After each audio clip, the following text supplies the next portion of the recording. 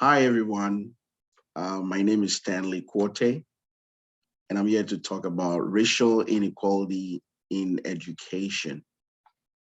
We are all experiencing lack of educational opportunities. Minority students, such as African Americans, Black Americans, Latinos, Hispanics, Indians, are the ones that experience this challenge the most.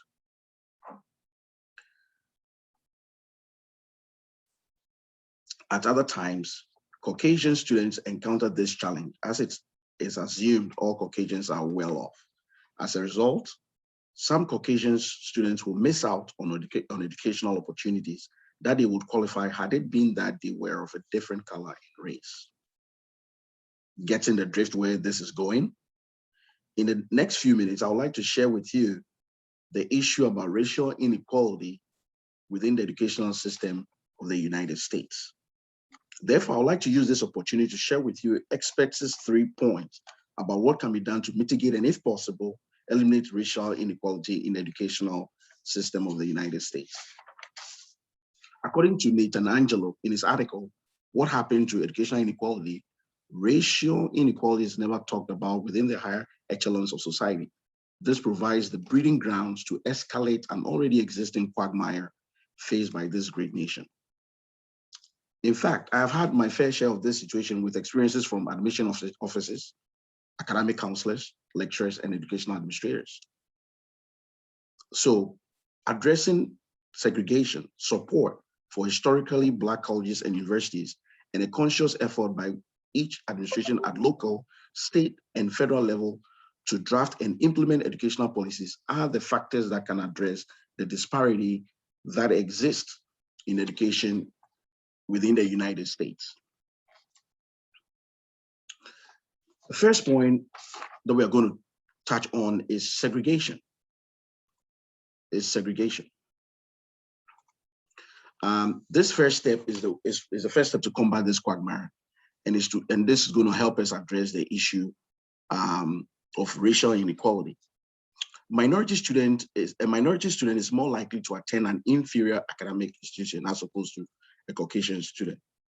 As a result, encouraging inter-district transfer through amending the No Child Left Behind policy, which is a non-judicial way of addressing the issue, is a very paramount way of mitigating that gap.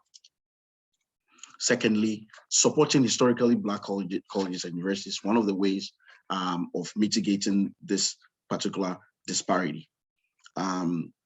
The first president to ever deal with an executive order regarding massive support towards HBCUs was President Carter, and he passed an executive order, into law to help address this situation. This led to a compelling increase in funding to the universities, which in some past have been refused funding or were kind of limited to federal programs exclusions. I believe that the third way to deal with the disparity is through government support. I believe that institutions at federal level who have been looked upon to address the menace of disparity in education on racial lines have failed.